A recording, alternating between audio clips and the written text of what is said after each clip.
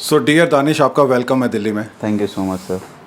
सो एक भोपाल का इतना नामी गिरामी बॉडी बिल्डर दिल्ली में क्या कर रहा है? सबसे पहले तो आप ये बात बताइए।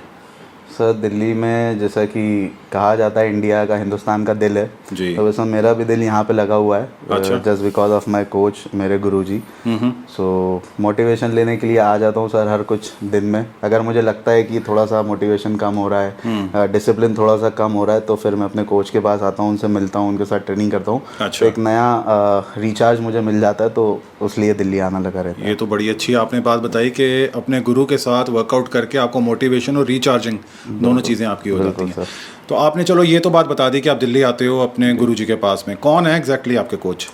सर मेरे कोच, मुझे नहीं लगता इंडस्ट्री में ऐसा कोई नहीं है जो उनको नहीं जानता हो। गुरुजी मिस्टर मुकेश गहलोत, वो ओके। मेरे कोच हैं। और अराउंड 3 साल हो गए मुझे गुरुजी के पास, तो 3 साल से उन्हीं के अंडर में अभी फ़िलहाल मैं ट्रेनिंग कर रहा हूँ। Very nice, very nice. All right. So Danish, इससे पहले कि मैं मेरे और बाकी के क्वेश्चंस आपसे पूछूं, मैं जानना चाहूँगा कि एग्जैक्टली कब और कहाँ से आपने अपनी प्रेप, या मैं बोलूँगा आपकी बॉडी बिल्डिंग की जो जर्नी है वो स्टार्ट की। मतलब जिम जाना तो एक बात है, जी लेकिन एक्चुअली में प्रेप करनी जी कहाँ से और कब से आपने स्टार्ट की और किन के अंडर स्टार्ट की थी, जी। ये बताइए। सर बेसिकली मैं ट्रेनिंग फील्ड से बिलोंग करता हूँ, मतलब एज अ ट्रेनर मैं इस इंडस्ट्री में आया था बिकॉज मुझे काफ़ी इंटरेस्ट था जिम जाने में, वर्कआउट करने में, और मेरे फादर भी चाहते थे कि मैं जिम जाऊँ, अच्छा। तो वर्कआउट करो। उन्होंने ही मुझे पुश किया कि यार जिम जाओ तुम, वो कहते हैं ना डबल हड्डी के हो, चौड़ी हड्डी के हो। तो उन्होंने बोला कि यार जिम जाना चालू करो, तो मैं जिम स्टार्ट हुआ। फिर मैंने एक यासिर खान करके हैं, उनके फ़ोटोज़ देखे जिम में, एक भैया के फ़ोन में, तो वो फ़ोटोज़ मैंने लिए और वो देखता रहा। फिर मैंने डायरेक्शन निकाला कि यार ये बनना कैसे, तो पता चला कि वो ट्रेनर है दुबई में। तो फिर ट्रेनर बनने के लिए मैंने कोशिश की, मैंने सर्टिफिकेशंस किए K11 वगैरह से। अच्छा। सो एज अ ट्रेनर फिर मेरा फोकस एज अ ट्रेनर हो गया था कि यार अब मुझे मास्टर करना है, केजाद सर के पास जाना है। बट वो लाइफ ने कुछ पता नहीं सर, ये तो ऊपर वाले ने जर्नी लिखी हुई थी, तो अपन क्या ही प्लान करेंगे जो उन्होंने प्लान कर लिया है। तो बस एक कुछ ईगो हर्ट हो गया था मेंबर को लेके। उनकी बहुत अच्छी फिजिक थी और हमें ऐसा लगता था कि यार हम ट्रेनर हैं, हमें नॉलेज है, हमने पढ़ाई की, हमें पता है, तो वो उतना एक रिस्पॉन्स मिलता नहीं था। तो फिर एक दिन पापा के पास गया, सो रहे थे, उनके पैरों के पास बैठा, रात के 2 बज रहे होंगे, उनको उठाया, मैं रोने लगा कि पापा बॉडी बनानी है मुझे। और अम्मी भी थी, तो उन्हें क्या है, क्या करना है ये वो, तो मैं डाइट लेनी पड़ेगी, ये करना पड़ेगा। तो पापा ने कहा ठीक है। तो बस वहीं से ऐसी मेरी शुरुआत हुई बॉडी बिल्डिंग की। ट्रेनर तो था ही मैं, तो जॉब भी करता था, अपना वर्कआउट भी करता था, और डाइट मुझे घर से मिल जाती थी, पापा ने पूरा सपोर्ट किया। तो पहले जो मेरा बॉडी बिल्डिंग के कोच थे उनका नाम है आमिर भाई, बिकॉज़ वो उस टाइम पे अपनी पीक पे थे। तो उस टाइम मुझे जो थे वही दिखे कि यार ये प्रोफेशनल बॉडी बिल्डर है, बिकॉज सर्टिफिकेशन हमने कर लिया। Certification is a different thing and body building is a very different thing. बिल्कुल ठीक बात दोनों है। एक अलग चीज़ है, फिटनेस और बॉडी बिल्डिंग दो एक अलग अलग हिस्से हैं, लेकिन कई लोग उसको कंबाइन कर देते हैं यस। अपने आप को नॉलेजेबल बताने के लिए। जी। वो चीज़ मुझे भी अब जाके समझ में आई है, पहले मैं भी शायद ऐसे ही सोचता था। तो आमिर भाई से मिला, उन्होंने मेरी ट्रेनिंग स्टार्ट कराई। ट्रेनिंग इन द सेंस उन्होंने मेरी बॉडी बिल्डिंग को लेके गाइड किया कि यार बॉडी बिल्डिंग में ऐसा ऐसा होता है, ये यूज़ होता है, और डाइट ऐसे होती है, स्टेज के पीछे क्या होता है। तो वो सारी चीज़ें, वैसे मेरी बॉडी बिल्डिंग स्टार्ट हुई। फिर उसके बाद मैंने दूसरे कोच को हायर किया, बिकॉज़ वो MP के थे और उनको बाहर के शोज़ का उतना नॉलेज नहीं था। तो मैंने फिर एक दूसरे कोच को हायर किया, मुज़म्मिल भाई, जो कि फ़र्स्ट टाइम इंडिया का जो फर्स्ट टीम गई थी हांगकॉन्ग एमेच्योर ओलंपिया खेलने, जिसमें सिद्धांत जायसवाल भी थे। राइट। तो वो उसी में थे। तो फर्स्ट इंटरनेशनल एथलीट वही थे हमारे यहाँ से, वो राजस्थान से बिलोंग करते हैं। तो फिर मैंने उनसे कांटेक्ट किया, 2-3 साल उनके साथ ट्रेनिंग की। फिर फाइनली मैंने 2 साल ढूंढने के बाद 10 जगह डिस्कस करके मैं गुरुजी के पास आया कि यार किससे ट्रेनिंग ली जाए। काफ़ी सारे इंडस्ट्री के जो बड़े नाम हैं, मैंने ऑलमोस्ट सभी से बात की, कुछ लोगों से मिला भी, बट गुरुजी के पास मुझे जो लगा, बिकॉज़ मैंने जो सर पढ़ाई की थी, तो मुझे ऐसा लगता था एनाटमी, ये सारी चीज़ें मैंने पढ़ी हुई हैं, बट मुझे एक्चुअल जो सीखनी थी वो सीखनी थी सर बॉडी बिल्डिंग। फिटनेस तो मैं सीख ही चुका था, तो बॉडी बिल्डिंग सीखने के लिए मुझे सिर्फ एक ही नाम दिखाई दिया, गुरुजी, because he is a very senior person, और बहुत पुराने ओल्ड स्कूल से भी रहे हैं, और प्लस अभी भी जो बेसिक एक जो साइंस है, जो लॉजिकल जो चीज़ें होती हैं, जो गेम के पीछे का साइंस है, वो उसको लेके भी काफ़ी अपडेट रहते हैं। राइट। तो मैंने उनको ज्वाइन किया। तो मैंने यही कुछ सीखा उनसे कि बेसिकली मार्केट में जो अभी चल रहे हैं कोचेस जो हैं, मतलब मैं सभी का नहीं कह रहा, मुझे ऐसा लगता है 80% ऐसे कोचेस हैं जो सिर्फ मेडिसिन को ही लेके कोचिंग देते हैं कि आप ये डालो, अभी 100 mg डाल रहे हो, अब 150 कर दो। ठीक है। बट गुरुजी के पास मैंने जो सीखा वो ये है कि आप ट्रेनिंग क्या कर रहे हो, पहले मुझे ये बताओ। मुझे नहीं पता आप क्या ले रहे हो क्या नहीं ले रहे हो, डजेंट मैटर। ठीक है। आप मुझे यहाँ ऑन ग्राउंड बताओ कि आप अपने आप को कैसे तोड़ सकते हो। राइट। तो वो चीज़ मैं यहाँ पे सीख रहा हूँ सर। तो ऐसे मेरी जर्नी अब चल रही है, जब से अभी तक की ये जर्नी है मेरी। क्या बात है। सो दानिश, मैं आपसे पूछना चाहूँगा, आपने बीच में बताया कि एनाटॉमी के बारे में आप जानते थे और आपने के 11 से ऐसे सर्टिफिकेशन भी किया हुआ है। आपके नज़र में, आपका नज़रिया, आपका एक्सपीरियंस क्या कहता है कि एक बॉडी बिल्डर के लिए एजुकेटेड होना, एजुकेशन लेना कितनी ज़रूरी है?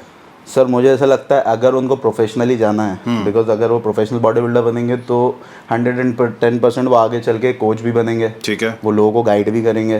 तो मुझे ऐसा लगता है कि एक सर्टिफिकेशन, मैं नहीं कहूँगा आप बहुत सारे करो कि आप ढेर लगा दो सर्टिफिकेट का, वो आपकी अपनी चॉइस है, लेकिन एक सर्टिफिकेशन करना ज़रूरी है। अच्छा। रीज़न इज़ दैट कि बेसिकली आपको ह्यूमन एनाटॉमी पता चल जाएगी कि हमारा कौन सा मसल कहाँ पे है, किस एंगल में कौन सा मसल वर्क करता है। बिकॉज मैं अगर आज मैं भी कुछ लोगों को कोचिंग देता हूँ, तो मुझे अगर पता है इस बंदे का फॉर एग्जांपल सैरेटस एंटीरियर वीक है, तो मुझे पता है कि सैरेटस एंटीरियर कौन सी एक्सरसाइज में ट्रेन होगा। अच्छा। लेकिन एक नॉर्मली जो बंदा डिस्कस करेगा उसको क्या लगेगा कि भाई मेरा बैक वीक है, तो वो बैक की सभी एक्सरसाइज करेगा, लेकिन उसको एक पर्टिकुलर एक्सरसाइज नहीं पता कि सैरेटस एंटीरियर को मुझे हिट करने के लिए पर्टिकुलर मुझे क्या करना है। तो अगर मुझे दिखेगा कि भाई मेरे इस बंदे का सैरेटस एंटीरियर या फिर लोअर लैट्स या मिड फाइबर और ट्रापेजियस, ये सारी कुछ चीज़ें अगर वीक हैं, तो मैं उसको उस एक्सरसाइज पर ज़्यादा फोकस कराऊंगा, ना कि मैं उसको बोलूँगा कि भाई तू डेडलिफ्ट ज़्यादा लगा। ठीक है।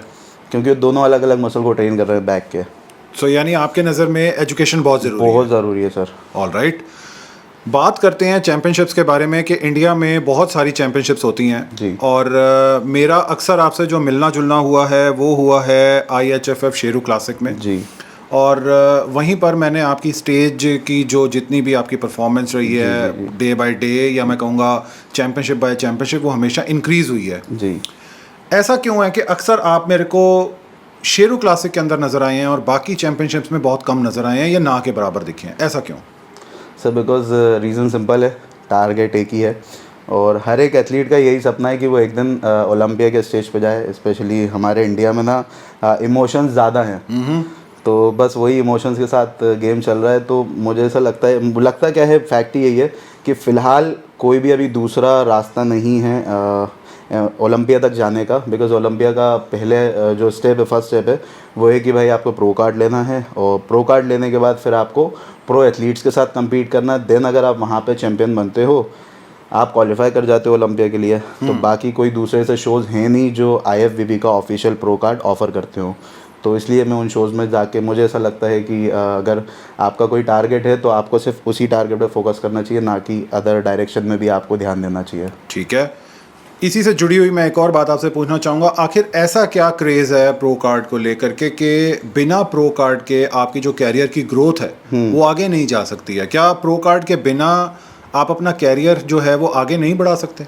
सर बिल्कुल बढ़ा सकते हैं। अच्छा। मैं अगर कहूँगा कि हम टॉप नॉच लोगों की बात करते हैं, जैसे for example Gaurav Taneja, well known personality in fitness industry. जी। Akshay Chopra sir, we are stupid करके जो उनका चैनल है, very known personality in fitness industry. Abhishek Yadav, ये लोग काफ़ी एक क्रीम लेयर हैं ये लोग फिटनेस इंडस्ट्री के, जिनको लोग जानते हैं ओवरऑल इंडिया में। ये लोग इन्फ्लुएंसर्स हैं? ये लोग इन्फ्लुएंसर्स हैं। Yes. सो मुझे ऐसा लगता है कि डजेंट मैटर, प्रो कार्ड एक अपनी जगह है, लेकिन अगर आप सक्सेस की बात करो तो प्रो कार्ड पे सक्सेस नहीं लिखा आता। ठीक है ना, सक्सेस आपको खुद हासिल करनी पड़ेगी। फॉर एग्जांपल जैसे प्रो कार्ड भी मुझे खुद ही हासिल करना है, तो उस प्रो कार्ड के बाद भी आगे की जो जर्नी है वो मुझे खुद ही तय करनी पड़ेगी, ना कि प्रो कार्ड कोई एक हैरी पॉटर की छड़ी है जो आपके हाथ में आ गई और वो आने से आपके पर लग गए साहब। ठीक है। तो ऐसा तो कुछ नहीं है। तो वह आपकी अपनी काबिलियत है कि आप अपने आप को कैसे बेच सकते हो। या तो ज़रूरी नहीं है आपके हाथ में प्रो कार्ड हो। कई ऐसे एथलीट्स हैं जिनके पास प्रो कार्ड नहीं है, ठीक है, और मुझे ऐसा लगता है उनके पास कोई टाइटल भी नहीं है, लेकिन आज वो उस लेवल पे बैठे हैं जहाँ पे हमारे कुछ IFBB प्रोज भी नहीं है। Right right right. तो वो एक आप अपनी काबिलियत है। अगर आप प्रो जीत जाते हो, प्रो कार्ड ले लेते हो, तो उसके बाद आप अपने आप को मार्केट में कैसे प्रेजेंट करते हो, कैसे अपनी अवेलेबिलिटी एग्जिस्टेंस लोगों को बताते हो, वो चीज़ मैटर करती है कि आप कितना आगे जाओगे। ठीक है। प्रो कार्ड तो बस ये है कि एक वो सोने पे सुहागा हो जाएगा कि आपका एक स्टैंडर्ड बढ़ा देगा, या कि आप एक प्रो कार्ड होल्डर हो तो एक आपका स्टैंडर्ड बढ़ जाएगा, ठीक है। एक स्टेटस बढ़ जाएगा और लोगों का एक बिलीव बढ़ जाएगा आपको लेके कि ना नहीं यार ही इज़ अ प्रो। यानी आपकी क्रेडिबिलिटी जो है वो इंक्रीज हो जाती है मार्केट। बिल्कुल बिल्कुल बिल्कुल। ऑल राइट, मैं जानना चाहूँगा आपके नज़रिए में, अगर मैं कोई भी तीन आपकी पसंद के ऐसे प्रो कार्ड होल्डर्स जो आज भी compete कर रहे हो, competitive हो, बिल्कुल। जिन्होंने छोड़ा ना हो अभी भी, ऐसे कौन से तीन इंस्पिरेशनल प्रो कार्ड होल्डर्स हैं जिनको आप पर्सनली पसंद करते हैं, आप खुद से, और क्यों? फॉर एवरीथिंग, हाँ, मतलब हर नजर, कोई हर कुछ भी नज़रिए चीज, से। किसी का नेचर हो सकता है, किसी का काम करने का तरीका हो सकता है, किसी का कोई और एटीट्यूड हो सकता है, कुछ भी हो सकता है। हर इंसान में सारी चीज़ें नहीं होती, इसलिए मैंने आपसे पूछा तीन ऐसे कौन से प्रो कार्ड होल्डर्स हैं जिनको आप पर्सनली खुद से पसंद करते हैं, और सर उनमें क्या फर्स्ट चीज़ तो ऐसी बिना खास है? सोचे मेरे जहन में जो एक नाम आते हैं वो है जुनैद खलीवाला। ठीक है। Because he is a smart guy, okay. है ना, sharp minded, he is a businessman, he is an professional athlete. मतलब वो बंदा सब कुछ कर रहा है सर। ठीक है। मतलब वो अपने आप को भी बेच रहे हैं, अपने प्रोडक्ट्स को भी बेच रहे हैं, और अपने आप को एक IFBB प्रो जो उन्होंने जीता है ना कार्ड, तो उस डिग्निटी को कैसे मेंटेन करना है, सबसे पहली चीज़ उन्होंने उस चीज़ को मेंटेन किया हुआ है। ठीक। दूसरा नाम मैं कहूँगा सर सिद्धांत जायसवाल। अच्छा। सिद्धांत भैया, because he is a very dedicated person. उस बंदे ने कभी लाइफ में कंप्लेन ही नहीं किया, क्योंकि मैं Right. उनको कब से देख रहा हूँ, मतलब मैं बहुत छोटा था, मैं उनको तब से देख रहा हूँ, वो compete करे ही जा रहे हैं, एंड ही नेवर कंप्लेन कि मेरे साथ चीटिंग हुई, मेरे साथ ऐसा हुआ, मेरे साथ वैसा, उन्होंने कभी नहीं बोला। ठीक है। वो करते रहे करते रहे करते रहे, एक दिन आया और वो IFBB प्रो बन गए, बिल्कुल, बिकॉज उन्होंने अपना 100% दिया, बिल्कुल। उन्होंने कभी कंप्लेन नहीं किया। तो सेकंड ये हो गए, मतलब मैं ये नहीं कहूँगा ये सेकंड फर्स्ट जो मैं दे रहा हूँ जी, कोई जी, एक दूसरे से ऊपर नीचे है, बट जी। एक जो मेरे जहन में नाम आए। जी। थर्ड सर, तीसरा नाम तो मुझे ऐसा सच कुछ फ़िलहाल याद नहीं आ रहा है। थर्ड, आप कुछ मुझे नाम बताएंगे? बहुत सारे हैं, प्रोस के। बहुत सारे हैं। अभी रिसेंट टाइम में भी अमित आगरे भी बने हैं, जी उनके अलावा हरविंदर सिंह हैं, जी मनोज पाटिल हैं, जी और बिक्की सिंह हैं, बहुत सारे लोग हैं। जी। अमित आगरे भैया का भी मैं कह सकता हूँ, बिकॉज मैं उनसे पर्सनली मिला हूँ, जी। इसलिए मैं उनका कहूँगा। उनका जो माइंड सेट है, मतलब मैं जो नाम अभी मैंने बताए इनमें से मैं सिद्धांत भैया से मिला हूँ, लेकिन उतना कॉन्वर्सेशन नहीं हुआ, बट अमित भैया के सामने बैठ के मैंने जो उनकी कॉन्वर्सेशन सुनी है, ठीक। तो उसको देख के जो मुझे उनका जो डिसिप्लिन पता चला, जो डेडिकेशन पता चला, तो मुझे ऐसा लगता है कि मैं तो कुछ कर ही नहीं रहा उनके आगे। और आज वो अगर प्रो हैं और ओलंपिया क्वालिफिकेशन उनको मिली है, जी। तो वो उस काबिल हैं, उनको मिली है। बिकॉज उनका जो मैंने बातें सुनी है, वो सुन के लगा कि मैं ऐसा कुछ भी नहीं कर रहा उनके आगे। मुझे नहीं लगता कि मैं उनका 50% भी दे रहा हूँ उतने एफर्ट्स अपने। रियली? हाँ, तो अच्छा। वो डेडिकेटेड हैं अपनी चीज़ों को लेके, मतलब डिसिप्लिन है। ठीक है। मैंने उनकी कोच की बात सुनी, उनकी बातें, दोनों के बीच की जो डिस्कशन सुना, तो आज अगर वो हैं उस मुकाम पे, तो वो उस लायक हैं, तभी वो वहाँ पे हैं। Perfect, perfect, perfect. ये तो बात हुई IFBB प्रोज के बारे में। जी अब मैं थोड़ा सा आपसे जानना चाहूँगा कोचेस के बारे में, कि आखिर इंडिया में जितने कोचेस अवेलेबल हैं, अब तो खैर आप बहुत अच्छे तरीके से घुल मिल चुके हैं इंडस्ट्री जी से, जी जी और बहुत से लोगों को आप अच्छे से जानते हैं, बहुत से लोग आपको जानते हैं, आप एक जाना माना चेहरा है, नाम है। सो आपकी नज़र में इंडिया में जो कोचिंग का स्टैंडर्ड है वो किस लेवल पर है? क्या चीज़ ज़्यादा अच्छी है, या अभी भी कोई चीज़ लैक होती है यहाँ पर, कोई किसी चीज़ की कमी है कोचिंग में? सर, कंपेयर करें जब मैं इस इंडस्ट्री में आया था, जी। तब से अब में ज़मीन आसमान का फ़र्क है। कोचिंग इंडस्ट्री काफ़ी ग्रो कर चुकी है, और लोगों को भी अब समझ में आ गई है ये चीज़ कि हमें एक अच्छे कोच की ज़रूरत है। ठीक है। पहले तो बस ये होता था कि भाई जिस जिम में हम जा रहे हैं वही भैया हमें गाइड कर रहे हैं, उन्हीं के जिम से हमने कंपटीशन के लिया। लेकिन हाँ, अब लोग बाहर निकल रहे हैं, जैसे कि मैं अपनी सिटी से बाहर निकला हूँ। जी। भोपाल ज़्यादा बड़ी सिटी नहीं है, छोटी सी सिटी है कंपैरेटिवली, दिल्ली एक मेट्रो सिटी है। सो अब लोग बाहर निकल रहे हैं, अच्छे अच्छे कोचेस हायर कर रहे हैं, पे कर रहे हैं और सीख रहे हैं। सो लेकिन कहीं मुझे ऐसा लगता है कि कहीं ना कहीं लैग करता है, लेकिन उसमें गलती कोचेस की नहीं है, उनमें उन लोगों की गलती है जिन्होंने कोचेस चूज़ किए हैं। अच्छा। तो मुझे ऐसा लगता है कि आपको एक अच्छा कोच चूज़ करने के लिए, जैसे हम कहते हैं ना कि काफ़ी सारे लोगों से हमें डिस्कस करना चाहिए। जी।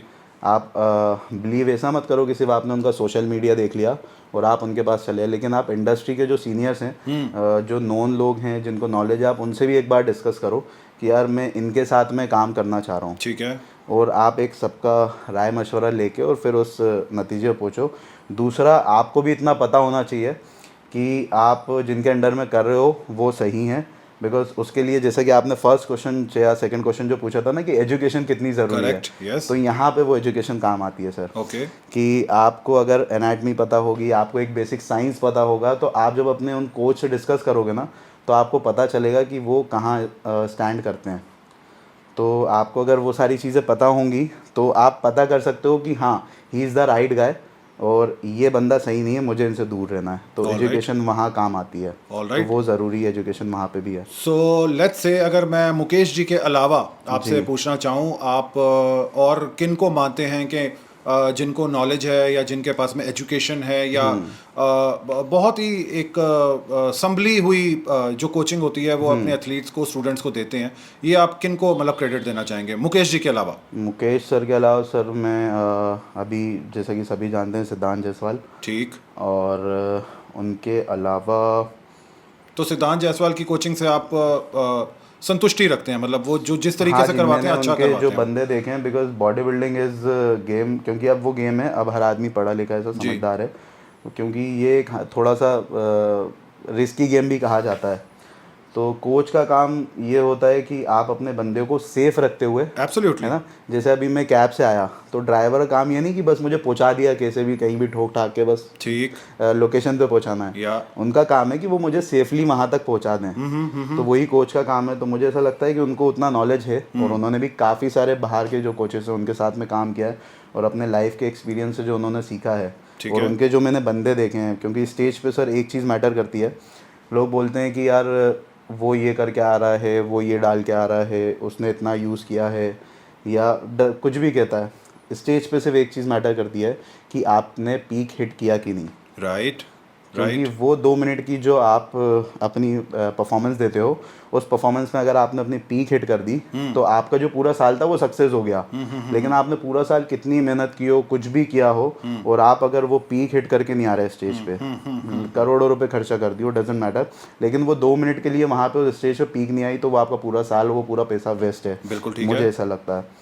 तो मैंने उनके जितने ही बंदे देखे वो सभी अच्छी पीक हिट करके आते हैं और उनको नॉलेज है। मैं उनकी वीडियोस देखता हूँ, जो वीडियोस वो बनाते हैं सोशल मीडिया पे, तो वो मुझे लगते हैं कि हाँ नॉलेजेबल पर्सन हैं। उनके मैं यूट्यूब के वीडियोस भी देखता हूँ, तो मुझे समझ में आता है कि हाँ इनको पता है, इनके साथ में जो लोग कर रहे हैं वो 100% बिल्कुल सही कर रहे होंगे। All right, all right.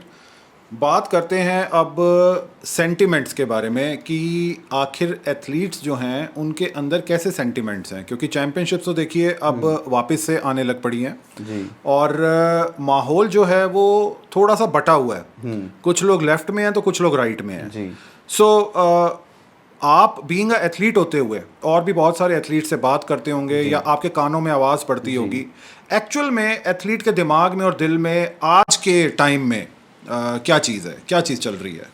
सो ये डिपेंड करता है। पहले यहाँ पे फिर बात आ जाती है हमारे कोचेस की। ठीक है। कि अगर मेरे पास गुरु सही होंगे, तो फॉर एग्जांपल जैसे एकलव्य थे, वो तीर चलाने में माहिर थे। ठीक। तो गुरु का काम होता है मार्गदर्शक करना कि भाई आपको तीर इस डायरेक्शन में चलानी है या इस डायरेक्शन में चलानी है। राइट। तो अगर मेरे पास एकलव्य जैसे कोच होंगे, गुरु होंगे, तो वो मुझे बताएंगे कि भाई तुम्हारा ड्रीम ये है ना, ठीक है, तो उसके लिए ये वाली डायरेक्शन में आपको तीर चलाना पड़ेगा। परफेक्ट। ठीक है। और अगर आपका ड्रीम ये है तो आपको इस डायरेक्शन में तीर चलाना पड़ेगा। लेकिन मोस्ट ऑफ द कोचेस, मतलब जिनकी हमने बात की उनसे हट के जो कोचेस हैं, जहाँ पे हमने बात की कि भाई कहीं लैग कर रहे हैं लोग जी, तो वो ना अपना प्रमोशन करने में लगे हुए हैं। मतलब कोचेस अपना प्रमोशन करने हाँ, में लगे हैं या एथलीट्स? वो अपने एथलीट्स को वहाँ खिलाना ज़्यादा प्रेफर कर रहे हैं जहाँ उनके प्रमोशन ज़्यादा अच्छा हो, अच्छा अच्छा, ओके, ना कि ओके। एथलीट की ग्रोथ ज़्यादा हो। अच्छा, ओके। मतलब मैं सबका नहीं कहूँगा, ठीक कुछ है। ऐसे लोग हैं, मैंने पर्सनली देखे हैं ऐसे लोग अच्छा। कि वो अपने एथलीट्स को उस जोन से बाहर ही नहीं निकलने दे रहे, क्योंकि उन्हें पता है अगर वो इस जोन से बाहर निकले तो उनको और बड़े लोग, अच्छे लोग मिल जाएंगे, इंटरनेशनल लोगों के साथ मिलने जुलने लगेंगे, और वो शायद वो चिड़िया जो है उनके पिंजरे से आज़ाद हो जाएगी। ओके। तो वो चिड़िया उनके पास नहीं रहेगी, तो शायद उनके मार्केट पे उनको फ़र्क पड़ेगा। Okay okay. तो यहाँ कोच का भी बहुत इंपॉर्टेंट रोल है। तो कोच अगर सही होंगे तो आप सही डायरेक्शन में करेंगे। तो इसलिए 2 पार्ट में बटा हुआ है गेम हमारा। ठीक है। तो आपका गोल अगर आपको पता है कि मुझे क्या करना है, पहली चीज़ आपको पता होना चाहिए कि आपको क्या करना है। जैसे मेरा सिंपल सा गोल है, मैंने बताया कि भाई मुझे प्रो कार्ड चाहिए, मुझे ओलंपिया जाना है। तो उसके लिए जो रास्ता है मुझे वो पता होना चाहिए। या तो फिर आपके पास वो शख्स हो जो आपको बताए कि ये वो रास्ता है। ठीक है। तो इसलिए 2 पार्ट में बटा हुआ है गेम।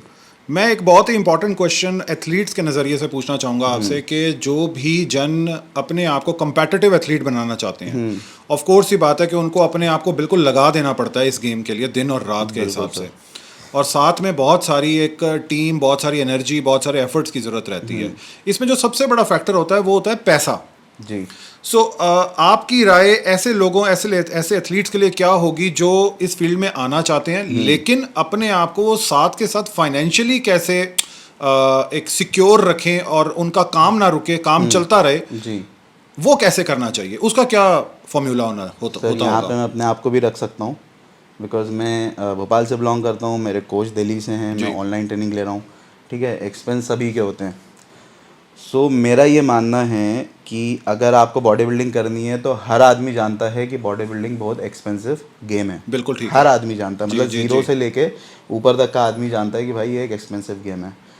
और ये एक प्रोफेशन के साथ साथ पैशन भी है। राइट। प्रोफेशन तो अब बनने लगा है, पहले इस फील्ड में उतना पैसा नहीं हुआ करता था, उतनी लाइमलाइट नहीं हुआ करती थी, उतना सब कुछ नहीं होता था, लेकिन अब सब कुछ है। अब सोशल मीडिया है। सो मुझे ऐसा लगता है फाइनेंशियली आपको स्ट्रांग होना ज़रूरी है, और अगर आप नहीं हो तो आपको उस चीज़ को लेके भी काम करना चाहिए। बिकॉज आपको लगता है कि मुझे भाई सिर्फ बॉडी बिल्डिंग ही करनी है, तो आप अपने आप को उस लेवल पे लेके जाओ, या आप अपने आप को उस काबिल बनाओ कि आप उससे पैसे भी कमा सको।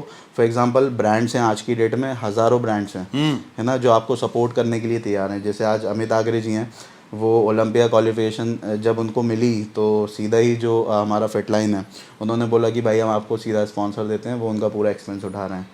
तो इस तरीके से आप अपने आप को बनाइए। या कुछ लोग ऐसे हैं जिनके पास प्रो कार्ड भी नहीं है, लेकिन उनके पास इतने सारे ब्रांड एंडोर्समेंट्स हैं, वो अर्न कर रहे हैं अच्छा खासा, और वो सोशल मीडिया के वो कुछ नहीं कर रहे, वो सिर्फ वीडियोस बना रहे हैं और एक अच्छी लाइफ को जी रहे हैं। वो जगह जगह ट्रैवल भी कर रहे हैं, वो कोई ना जॉब कर रहे हैं ना कुछ कर रहे हैं, सिर्फ उनका एक अर्निंग का ज़रिया है सोशल मीडिया। जी। तो मुझे ऐसा लगता है कि एक एथलीट को सोशल मीडिया पे भी एक्टिव रहना चाहिए। बिकॉज मैं दानिश हूँ, ये आप जानते हैं, ये मेरे घर वाले जानते हैं, ये मेरे रिश्तेदार जानते हैं, या मेरे दोस्त जानते हैं, ठीक है, लेकिन पूरी दुनिया कैसे पता चलेगा कि सर एक भोपाल में दानिश भी है? बिल्कुल ठीक है। तो उसके लिए सर एक प्लेटफॉर्म है, वो है सोशल मीडिया। क्योंकि पहले ये नहीं था, तो पहले के एथलीट्स के बाद जैसे गुरुजी का जो दौर था, उस टाइम पे ये चीज़ें नहीं हुआ करती थी। तो सोचिए आज अगर गुरुजी को हिंदुस्तान में लोग जान रहे हैं तो उन्होंने कितनी मेहनत की होगी, बिना सोशल मीडिया के वो फेमस हुए हैं। बिल्कुल ठीक है। लेकिन आज अगर मैं एक वीडियो डालता हूँ तो वो all over the world share हो रही है, है ना, हज़ारों लोग मुझे देख सकते हैं सिर्फ यहाँ बैठ के एक वीडियो डालने से। ठीक है। तो ये एक बहुत बड़ी अपॉर्चुनिटी है, उसका फ़ायदा उठाना चाहिए एथलीट्स को, और वहाँ से आप अपनी अर्निंग जो है वो जनरेट कर सकते हो। उसके अलावा आप जो भी प्रोफेशन में हो तो उसको भी करते रहो साथ में।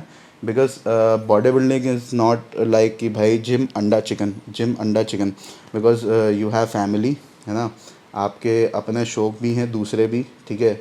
और जैसे कि मैं एक अपने पेरेंट्स की इकलौता हूँ, तो आगे चल के वो भी रिस्पॉन्सिबिलिटी है, शादी भी होनी है, तो you have to be practical. ठीक, कि प्रैक्टिकल रहना ज़रूरी है।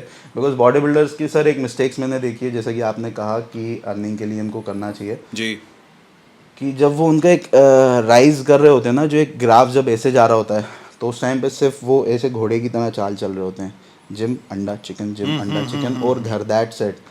जब उनका डाउनफॉल आता है ना, जब उनको यहाँ जाके उनको लगता है कि हाँ, तब उनको लगता है कि अब मुझे कुछ कर लेना चाहिए। राइट। तो मुझे ऐसा लगता है जब उनका ग्राफ ऐसे जा रहा है ना, तो उस टाइम पे ना हर चीज़ उनको ना मैनेजमेंट के साथ वो एक अपग्रेड करते रहना चाहिए अपने आप चलते रहना चाहिए, और वो चीज़ें सेट करनी चाहिए जो उनको फ्यूचर में भी काम आ सके, क्योंकि बॉडी बिल्डिंग पूरी लाइफ तो होगी नहीं सर। राइट। तो आपका जो एक वो पॉइंट है ना, उस पॉइंट पे आपको अपने या तो बिजनेस सेट करो, आप सप्लीमेंट इंडस्ट्री में जा सकते हो, आप जिम इक्विपमेंट्स में जा सकते हो, आप अपना जिम ओपन कर सकते हो, आप अपना क्लोथिंग वेयर लॉन्च कर सकते हो, है ना। काफ़ी मतलब फिटनेस इंडस्ट्री इतनी बड़ी है और उसमें इतना सारा काम है कि अगर आप करने निकलोगे तो मुझे ऐसा लगता है कि आपकी चारों उंगलियां घी में होंगी, परफेक्ट, लेकिन उसको परफेक्ट, समझने की ज़रूरत है। राइट।